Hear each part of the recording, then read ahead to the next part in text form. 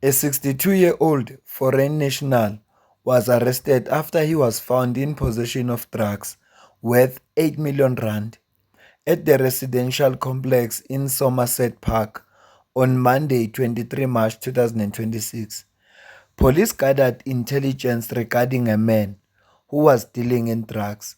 Police conducted a continuous surveillance on the premises where the suspect was said to be residing, and just after midnight on Monday morning, the suspect was spotted carrying a backpack at a residential complex on Leicester Avenue, Centerbury in Somerset Park area.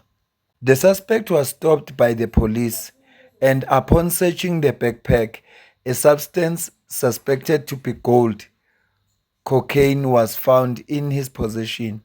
The substance was weighed almost 7 kgs with an estimated street value of 8 million rand. Police also seized an undisclosed amount of money and 3 cell phones from the suspect. He was arrested for dealing in drugs as well as possessions of drugs. He is due to appear before Durban Magistrate Court. Ikhominto engiphatha kabi njengokuthi kuvela indaba zokuthi kubanjwe someone uze foreign national nama-drugs ingiphatha kabi. Inkinga nje labantu bama-drugs abayiphathi ibhamu. Kube kuya ngami, labantu laba bebengenza njengalezi ezinye iy'gebengu, baphathe ibhamu, makufika amaphoyisa badubule kuqala, amaphoyisa badubule bafe, ngoba umuntu osuke ethengisa ama-drugs ubulala isizwe, ubulala izwe lethu lase-South Africa. Okungiphatha kabi kakhulu mina ukwedlula konke ukuthi lo muntu uyekile ukuthengisa ama-drugs ezweni lakubo waze washushumbisa la e-South Africa. Into yokuqala nje u-undermine umthetho wase-South Africa, undermine abantu base-South Africa. Funeka abulala iy'ngane zase-South Africa ezale ezweni lakubo zibe yiphila impilo engcono. Nansi nje into efika ingicasule kakhulu uma kuthiwa kubanjwe umuntu oyi-foreigner eshushumbisa ama-drugs. Ngiyazi ukuthi ama-drugs emalokishini akho ma-Nigeria athengisela abantu ama-drugs emalokishini.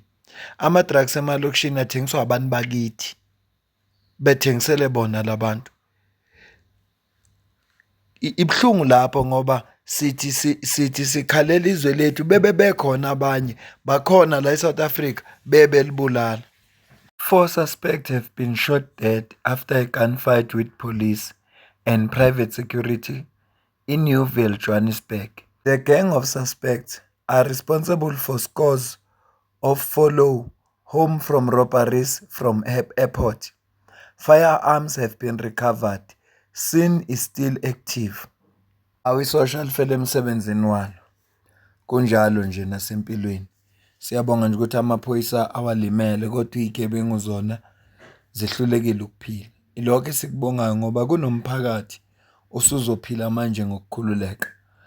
Darrell James, oyimemba ye-Action SA, aphinde abe member of parliament, uvule icase against uMinister uGayton McKenzie. UTumethula looks like Darrell James struck a nerve when she asked Mkhwanazi about Kenny Kunene's many visits to Big Five cartel member Katiso Molefe's house. When a convicted criminal threatens you by saying their turn is coming and end it with a salute, that is a threat you take seriously. Let Darlene and Kurt have a good time was my name. A very good time. Let them have a good time was my name. It's okay. Die pad is lang. Die pad is lang. I am 24/7 with security. Outside my house now, there's security. So I want to put it out here. You see, I don't come sideways, but I know who's behind Kurt. It's fine. Enjoy my name. Do what you want to do. So Emveni kwale nkulumo kaMinister McKenzie la bekachaza khona ukuthi yena uhlezi agade ama-security, uDarrell James wabhala ku-X yazwa ngetwitter ukuthi uMinister uyamthreatenisha. Waresponda futhi uMinister waresponda kanje: Dear Darlene, I don't threaten ladies. I said I have full-time security with me. And when will I have time to sell drugs? Your travel question and Kenny being at Katie's house got nothing to do with me saying the road is long. I will deal with you legally sooner than you think. You guys live for lies and sympathy. You even cutting my life to suit your agenda. Keep on having fun with my name. My fun is coming soon. Salute. La sukume khona uDarlene James wavele waye police station eseyovula icase ke against Minister Mackenzie. No one can dispute my reality. When a minister takes to social media platforms and basically says, I have security, tells the entire world that he has security, exposing me. People can interpret that in any given way. He knows for a fact that we have been probing allegations in terms of his deputy president as well as him being at the homes of drug cartels, people murderers. I am meant to probe that. The other thing is, I'm not sure if people think because I'm a colored and he is colored, we're not meant to hold each other to account. South Africa is going through the most, and I'm going to probe wherever our community is sort of exposed to drug cartels. And whenever there's smoke and red flags, ek gaan nie vra. So no one's going to try and intimidate me by doing lives. I've had enough.